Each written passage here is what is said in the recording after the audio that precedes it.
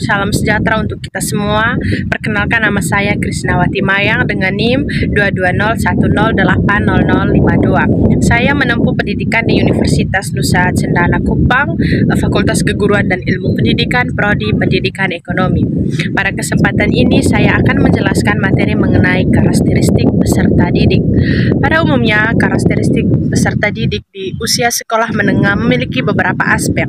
Yang pertama itu aspek fisik, yang kedua itu aspek pengambilan keputusan, yang ketiga aspek kognitif, dan yang keempat aspek moral. Yang pertama itu aspek fisik. Aspek fisik atau perkembangan fisik itu merupakan gejala primer yang terjadi pada remaja. Pada umumnya remaja SMP, yaitu ada beberapa ciri, mulai dari perubahan tinggi badan, perubahan berat badan, tumbuhnya bulu-bulu di daerah kemaluan, dan juga adanya rasa keinginan kepada lawan jenis. Yang kedua itu perkembangan orientasi masa depan. Perkembangan orientasi masa depan itu mengacu pada untuk lebih ke pemikiran masa depan, tidak seperti pemikiran seperti anak-anak remaja pada umumnya. Yang ketiga itu perkembangan pengambilan keputusan. Bagaimana remaja memikirkan masa depannya seperti apa, tidak seperti anak-anak lagi. Dia akan memikirkan bagaimana ketika dia menghadapi suatu persoalan, bagaimana dia cara mengatasi persoalan tersebut, dan bagaimana dia cara menyikapi agar masalah tersebut dapat diatasi dengan baik. Berikut perkembangan moral. Perkembangan moral itu bagaimana remaja tersebut menyikapi dirinya di kehidupan sosial di masyarakat. Bagaimana dia bisa memberikan dampak yang baik, dampak positif terhadap perilakunya di depan masyarakat. Yang berikut pemahaman tentang agama, yaitu bagaimana remaja tersebut memberi penilaian terbaik terhadap masyarakat dalam segi dia dapat memberikan contoh yang baik juga untuk teman-teman di sekitarnya maupun juga untuk lingkungan di mana dia tinggal. Kebutuhan peserta didik. Kebutuhan peserta didik merupakan salah satu kebutuhan yang diperlukan atau yang didapatkan oleh seorang peserta didik. Tentu kebutuhan peserta didik itu ada berbagai macam variasi. Tentu berbeda antara kebutuhan peserta didik yang sekolah dasar, sekolah menengah, dan juga sekolah menengah atas, maupun pada mahasiswa. Tentu berbeda. Dari contoh mulanya saja, misalnya kebutuhan antara perempuan dan laki-laki saja berbeda. Berikut merupakan kebutuhan fisik. Kebutuhan fisik merupakan salah satu kebutuhan yang diperlukan oleh remaja, dari kebutuhan jasmani maupun kebutuhan rohani. Kebutuhan jasmani yang dibutuhkan oleh peserta didik itu dari cara asupan gizi. Untuk mendukung perkembangan seorang peserta didik itu didukung oleh bagaimana dia diberi asupan atau membutuhkan asupan nutrisi pada tubuhnya supaya dia dapat bertumbuh dan berkembang dengan baik. Contohnya saja, misalnya ketika saya dengan sesama saya pada umur yang sama tetapi memiliki postur tubuh yang berbeda. Mungkin yang pertama dari gen, dan yang kedua kurangnya nutrisi atau asupan gizi dari saya dan kawan saya, misalnya dari faktor pada saat dia dalam kandungan maupun dalam proses dia menuju pertumbuhannya. Yang kedua itu kebutuhan rohani. Kebutuhan fisik dalam rohani itu misalnya bagaimana dia dapat peserta didik tersebut membutuhkan pengetahuan dasar dalam hal iman, itu untuk pembekalan dia dalam hal memberi atau mendapatkan pengajaran baru tentang dalam hal iman. Yang berikut merupakan kebutuhan sosial. Kebutuhan sosial peserta didik itu sangat dibutuhkan, yaitu bagaimana peserta didik tersebut mendapatkan pengetahuan tentang sosial, yaitu dari lingkungannya tersebut. Peserta didik tersebut membutuhkan pengajaran dari keluarga juga. Dia membutuhkan banyak sekali pelajaran dan pengetahuan dalam hal tingkah laku ataupun dalam hal sebagainya. Begitupun jika dia di lingkungan masyarakat. Jika dia di lingkungan masyarakat yang baik, maka dia akan mendapatkan pengetahuan dan pemahaman yang baik dalam hal moral. Tetapi ketika peserta didik tersebut bergaul dengan lingkungan masyarakat yang kurang baik, maka itu dapat berpengaruh juga terhadap perilaku peserta didik tersebut.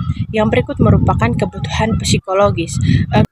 Kebutuhan psikologis itu sangat dibutuhkan oleh peserta didik.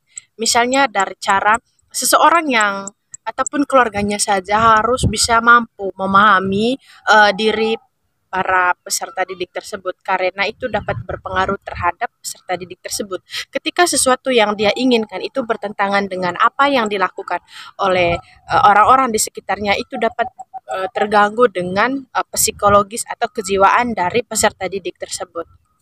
Berikut merupakan kebutuhan peserta didik dalam pembelajaran. Dalam hal ini, kebutuhan peserta didik dalam eh, lingkungan pendidikan. Dalam hal ini misalnya sekolah ataupun di perguruan tinggi. Yang pertama itu kebutuhan kecerdasan. Peserta didik sangat membutuhkan banyak sekali pengajaran atau pendidikan yang dia dapatkan di lingkungan masyarakat, tetapi yang mungkin lebih ke yang paling banyak yang dia dapatkan itu merupakan di lingkungan pendidikan, karena di lingkungan masyarakat dia hanya mengaktualisasikan apa yang dia dapat di lingkungan di mana tempat dia belajar. Jadi kebutuhan kecerdasan itu sangat dibutuhkan oleh peserta didik tersebut. Yang berikut merupakan kebutuhan motivasi.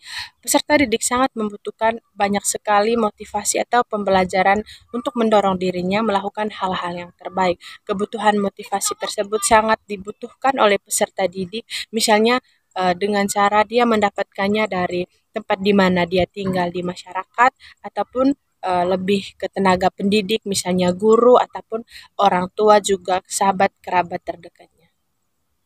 Faktor penyebab perbedaan kebutuhan yang pertama itu dari faktor jenis kelamin. Tentu kebutuhan antara laki-laki dan perempuan tentu sangat berbeda.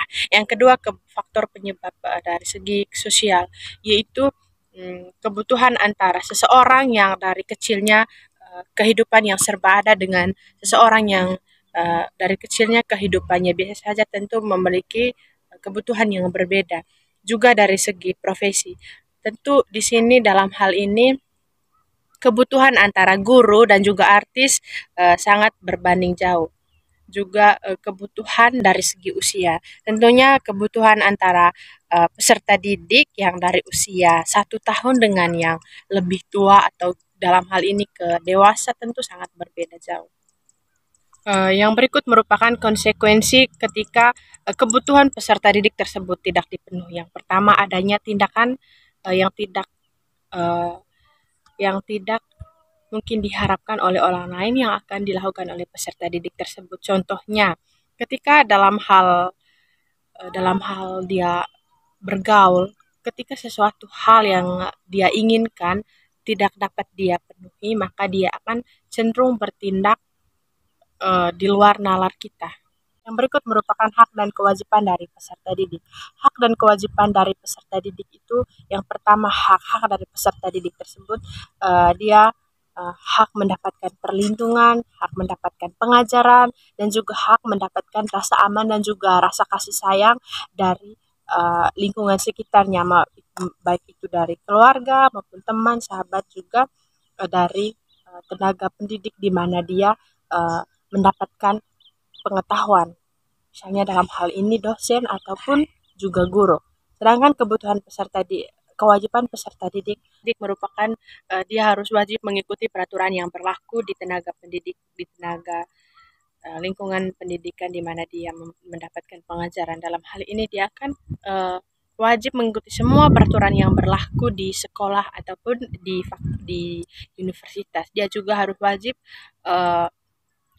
memberikan perilaku yang terbaik agar dapat menjadi contoh atau panutan yang terbaik untuk lingkungan sekitarnya. Itu saja yang dapat saya jelaskan. Sekian dari saya. Apabila ada materi yang kurang jelas atau kurang dipahami, mohon maaf atas kesalahannya, karena kesempurnaan hanya dimiliki oleh Tuhan. Sekian dan terima kasih.